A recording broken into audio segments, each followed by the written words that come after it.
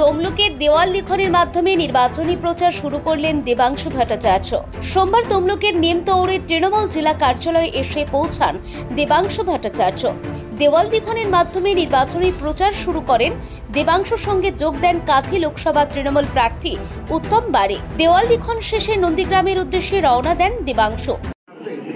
লোকসভায় আপাতত করার মতো জায়গাতে নেই স্লোগান, তবে আগামী বিধানসভায় অবশ্যই আসবে। 21-এ খেলা হয়েছে আর খেলা হবে, স্লোগানটা কিন্তু এবারের ক্ষেত্রেও প্রযোজ্য।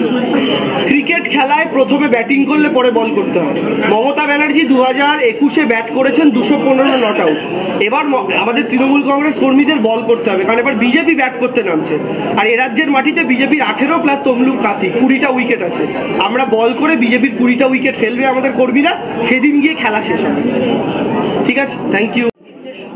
এসবিআইকে জানাতে হবে। এসবিআই ব্যাংকে সুপ্রিম কোর্ট নির্দেশ দিয়েছে।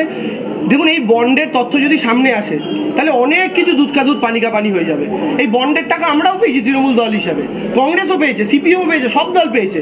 কিন্তু ভারতীয় জনতা পার্টি যে হারে পেয়েছে, ইডি রেট করাচ্ছে কোম্পানিতে, সিবিআই রেট করাচ্ছে কোম্পানিতে, সিবিআই রেট বন্ধ হয়ে যাচ্ছে, তারপরে দেখা যাচ্ছে সেই কোম্পানিগুলো বিজেপিকে ফান্ডিং করছে।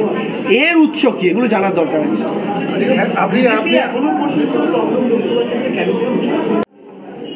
এই রাজ্যে এগিয়ে থাকবেন এরকম কথা বলেছেন আমি শুনিনি।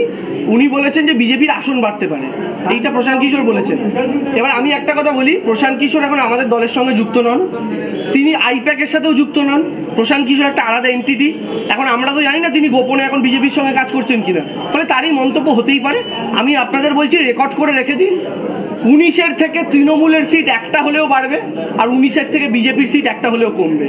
তৃণমূল কোথায় গিয়ে থামবে এটা আমি বলতে পারছি না। একটা হলেও আসন আমাদের বাড়বে। দাদা, সিপিএম এবং বিজেপি ভগবান জানে। দেখুন, হয়তো প্রথম লিস্টে করেননি, কেউ রাজি হবেন কি হবেন না এই সমস্ত ভেবে।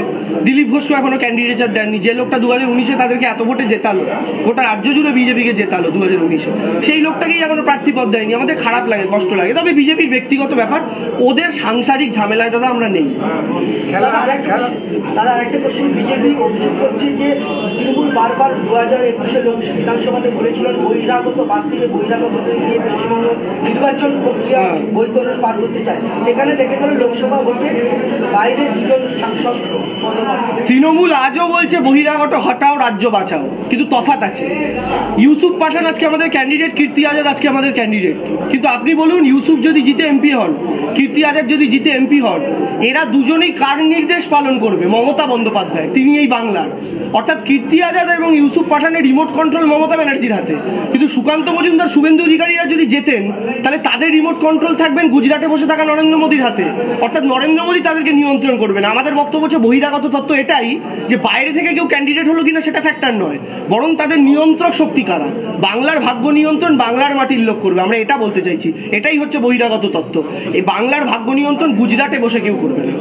2021-এর চমক ছিল প্রচারের ক্ষেত্রে বিধানসভায়, লোকসভায় কি কোনো প্রচার থাকছে তৃণমূলের ক্ষেত্রে?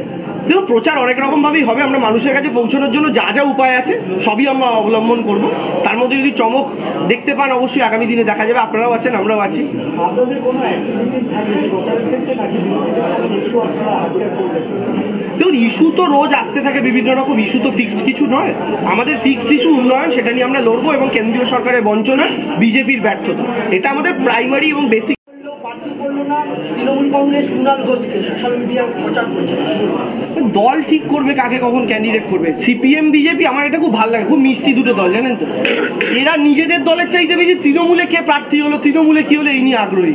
আমরা এই জন্যই বলি আমরা হচ্ছি বাংলার দল।